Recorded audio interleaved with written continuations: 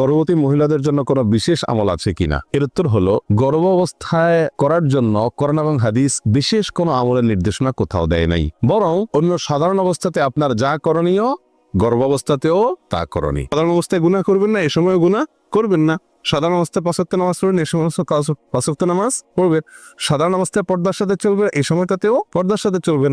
সাধারণ অবস্থায় কোরআন তেলাওয়াত করবেন, শুনবেন, এই সমস্ত অবস্থায়ও করবেন। শুধুমাত্র যেহেতু একটা কঠিন সিচুয়েশনের মুখোমুখি হতে যাচ্ছেন তিনি, জীবনের একটা কঠিন সময় তার আসছে এবং গর্ভের যে সন্তান তার ভবিষ্যৎ নিয়ে তিনি শঙ্কিত, সন্তানটা কি সুস্থ হয় না অসুস্থ হয়, সন্তানটা কি ভালো হয় না মন্দ হয়, এসব আশঙ্কা যেহেতু তাকে ঘিরে ধরেছে, সেজন্য শুধু কয়েকটা পরামর্শ দিলাম। এর ভিতরে প্রথমটা ছিল 5 ওয়াক্ত নামাজ তিনি সময় মতো পড়বেন, আউয়াল ওয়াক্তের শুরুর দিকে পড়বেন, দেরি করবেন না, সুন্দরভাবে। দ্বিতীয়ত, যে কোনো গুনাহ থেকে অন্য সময় বাঁচার জন্য যতটা চেষ্টা করতেন, এই সময় কোনো গুনাহ যেন না হয় সেদিকে খেয়াল রাখবেন, যাতে করে সন্তানের ভিতরে তার প্রভাব না পড়ে এবং গুনাহ